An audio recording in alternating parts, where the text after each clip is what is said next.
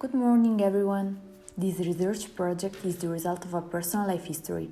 Italian mother tongue and Italian sign language father tongue. I grew up in a bilingual family with a deaf father and an hearing and interpreter mother. I have always been involved in deaf world, a lifelong experience that allowed me to deeply understand deafness, its most hidden secrets, its culture, language, communication and people, and to cultivate their same strong desire of empowerment, accessibility, inclusion and equal recognition.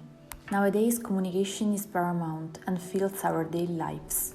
In other words, communication is the special glue that not only creates interpersonal and intrapersonal connection, but also determines the climate in which we work, the quality of our day, and consequently becomes the very essence of our lives. Great masters of the past teach us that even if you want to, one can't not communicate. Even in absolute silence, in fact, we are still communicating something to others. This is my strong premise for analyzing a language and a word that are often unknown, seemingly silent but can actually make a huge noise. Every human being experienced in his life the power of a word. In everyday life, there are obstacles that make interpersonal communication difficult, especially those caused by social conflicts, experiences, and physical or invisible disabilities. Communicating better is living better. Communication is the keystone to overcome prejudices, share experiences, and comfort each other. For hearing people, the main tools are spoken and written language. In sign languages, the eyes listen and the hands speak. The attention to language as a tool for development of prejudice and discrimination has become a core issue in the social inclusion debate. This often emphasizes that media have a dual function. They reflect the social, economic, and political reality of a country, and at the same time are vehicles for disseminating and reinforcing models, values, but also disvalues and stereotypes. The inclusive language is the ability to represent and reach every audience, without exclusion of any category. According to the United Nations, the correct term is a person with disability. Person-first terminology is used because the person is more important than his disability. The emphasis must be on the overall value of the human being. Well, the diagnosis is there, but it's only a part. On a linguistic level, it's also necessary to pay attention to two general aspects: respect for gender and for diversity. One should always be careful with the message we want to communicate in order to ensure full inclusion of all users. Every detail should be completely understandable by all and without differences. More solutions imply more inclusion.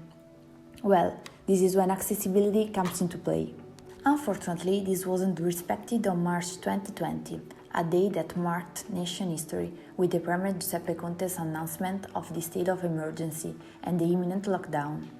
On the same 9 March, the entire deaf Italian community was unable to follow the Prime Minister's live message because Palazzo Chigi did not provide an interpreter. These events show Italy's backwardness and management incompetence in this regard compared to other countries in the world.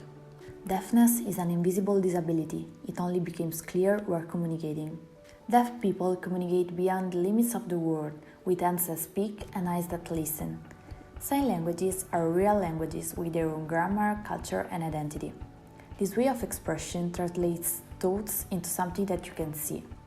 Wherever deaf people communities exist, sign languages have been developed as essential means of communication, building the core of local deaf cultures.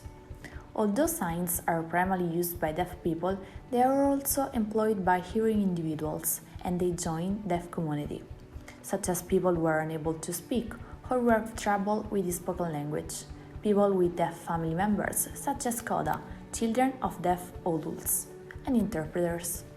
Over the years, unlike deafness was often used to describe deaf people only in terms of their hearing loss, a new concept arises, deafhood, which means that being deaf represents a positive value for humankind and doesn't need to be cured like any disease.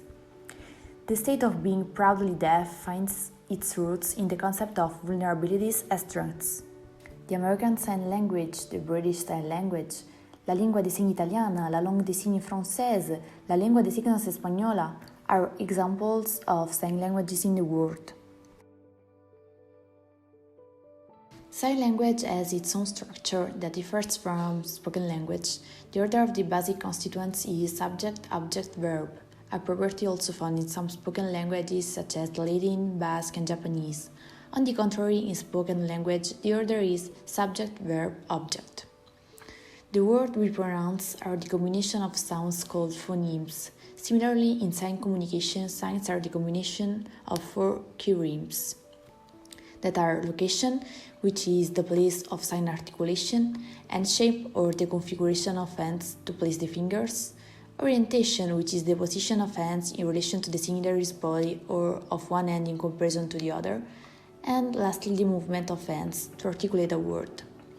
Sign languages are frequently perceived as artificial, man-made, or even so similar to the images their signs refer to, at the point of considering them a kind of pantomime. A language differs from non-linguistic communication systems on the basis of certain properties. Systematicity refers to the presentation of similarity relations more or less marked between language elements. For example, the signs for eating ice cream, or eating apple have in common the movement of bringing something to the mouth, differing in the sign of the food that is eaten. By contrast, signs for name, subtitle, and list distinguish the same sign by the movement of the hand. Variability is the ability of a language to change in time and space according to the expressive needs of the interlocutors and the context. And this is why the sign Saturday, used in Rome, and derived from the sign Jewish due to the fact that they consider Saturday a day of rest, has fallen into disuse. Moreover, the Italian sign Dad changes according to the region, a bit like the difference between forms of Italian and dialect inflections. Arbitrariness means that there is no natural link between the word's meaning and its sign. The same sign in one language could have 2 meanings, and in another, 2 different signs are used for the same meaning. For example, the case of writing and school. In the Italian language of sign, the 2 are represented by the same sign, while in the American one, they are expressed by 2 different signs. In addition, the same signifier can take on different meanings depending on the language. This is the case of the Italian sign Rome, which in ASL means name, and in the least variety of Trieste means sick person. Lastly, iconicity occurs when the connection between a language element and its referent is immediate. The distinction between transparent, translucent, and opaque signs reveal that sign language comprehension is only partial. The fact that sign language is not and truly iconic becomes self-evident when following communication between 2 deaf people. If it were iconic, their sign speech would be universally understandable. However, this doesn't happen. A huge difference between sign languages regards hand configuration, which are conventionally identified with letters or numbers that represent in the alphabet or hand numbering. W configuration is widely used in both British and American sign languages, and this configuration is very rare in Italy. The W configuration is also used even by hearing people in manual counting in various cultures, especially in Anglo-Saxon one. Moreover, the same configuration may have different connotations in different sign languages. For example, in British Sign Language, the configuration I has a negative connotation. By contrast, in the Italian one, it appears in signs such as easy, wire, or distance. On the other hand, the negative connotation is very clear in the configuration with index and little fingers extended from the closed fist, which would somehow represent horns, used in the Italian language of sign for devil, for example, but for the letter H in French dactylology. Because sign language developed within deaf communities, they can be independent from the spoken language of the country. While the United Kingdom and the United States are both predominantly English-speaking, the predominant sign language used in these countries differ markedly, respectively with the use of one-handed fingerspelling versus 2. For years, the mistake of placing spoken language and sign language in competition and opposition has been made.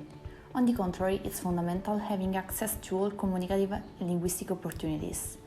The best perspective promotes bilingualism, spoken and written language, and sign language, because it doesn't kill the speech, but rather constitutes a valuable complementary linguistic modality for deaf people, but also for hearing people.